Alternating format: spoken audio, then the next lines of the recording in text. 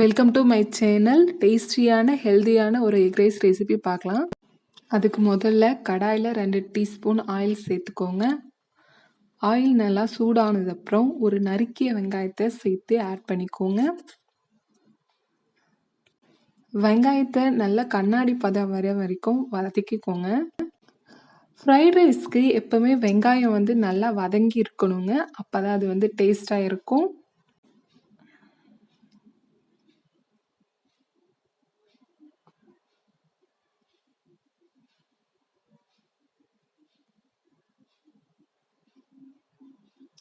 இப்போது வெங்காயம் நல்லா வதங்கியாச்சு. அது கூடவே நாம் ஒரு நறுக்கின கேரட், 2 பச்சை மிளகாய், கொஞ்சம் கருவேப்பிலை ஆட் பண்ணிக்கலாம். இதையும் நல்லா வதக்கி விட்டுக்கோங்க. இந்த கேரட்டோட பச்சை வாசனை போகிற வரைக்கும் நல்லா வதக்கிக்கோங்க. கேப்சிகம் இருக்கிறவங்க கேப்சிகமும் ஆட் பண்ணிக்கலாம். இது கூட சிறிதளவு உப்பு சேர்த்துக்கோங்க. உப்பு சேர்த்துட்டு நல்லா வதக்கி விட்டுக்கோங்க.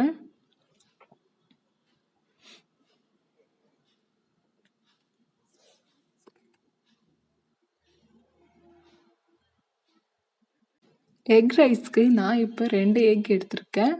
ஆட் பண்ணிக்கோங்க. எக் எப்போதுமே அரிசியோட தேவைக்கேற்ப எடுத்துக்கலாம். ஒரு டம்ளர் அரிசிக்கு நான் 2 எக் எடுத்திருக்கேன். உங்களுக்கு எவ்வளோ தேவையோ அவ்வளோ எடுத்துக்கோங்க.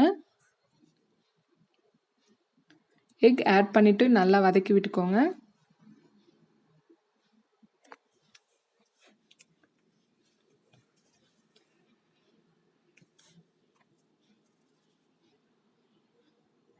இதோட பச்சை வாசனை போகிற வரைக்கும் நல்லா வதக்கி விட்டுக்கோங்க.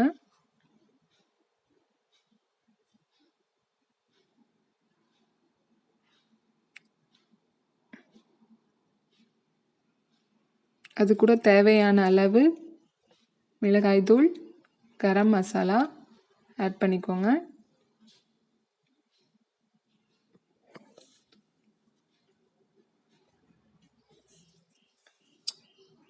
காரம் உங்கள் தேவைக்கேற்ப கூடவோ குறைவோ ஆட் பண்ணிக்கோங்க.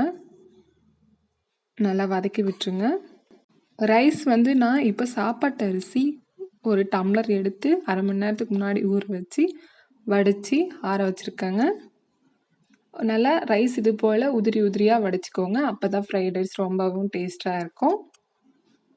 உதிரி உதிரியாக உங்களுக்கு வரலன்னா சாதம் வடிக்கும் போது 2 டீஸ்பூன் ஆயில் சேர்த்து வடிச்சுக்கோங்க. ஒன்று போல் ஒட்டாமல் இது போல் வரும். ரைஸ் ஆட் பண்ணோன்னே நல்லா வதக்கி விட்டுக்கோங்க. இது போல் நல்லா கிளறினா தான் ஃப்ரைட் ரைஸ் ரொம்ப டேஸ்ட்டாகவும் இருக்குங்க. அது போலவே நம்ம 2 டீஸ்பூன் சாஸ் ஆட் பண்ணிக்கலாம். எப்போவுமே ஃப்ரைட் ரைஸ் வெளியில் வாங்கி சாப்பிட்றத விட வீட்டில் செஞ்சு சாப்பிட்டா தான் அதோட நேச்சர் டேஸ்ட் ரொம்பவும் நல்லாயிருக்கும். சாஸ் ஆட் பண்ணோடனே நல்லா கிளறி விட்டுருங்க.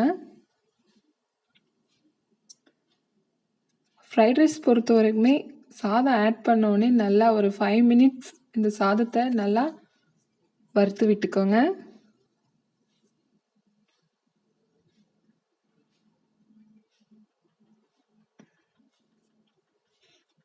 அப்போ தான் அதோட முட்டையோட டேஸ்ட்டும் சாஸ் கேரட் அதோட டேஸ்ட் எல்லாம் அந்த சாதத்தோட சேரும்.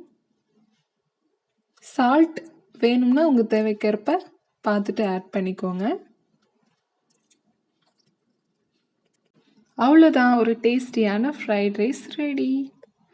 இது பேச்சுலருக்கு ரொம்பவும் யூஸ்ஃபுல்லாக இருக்குங்க. டேஸ்ட் பண்ணி பார்த்துட்டு கமெண்ட் பண்ணுங்கள்.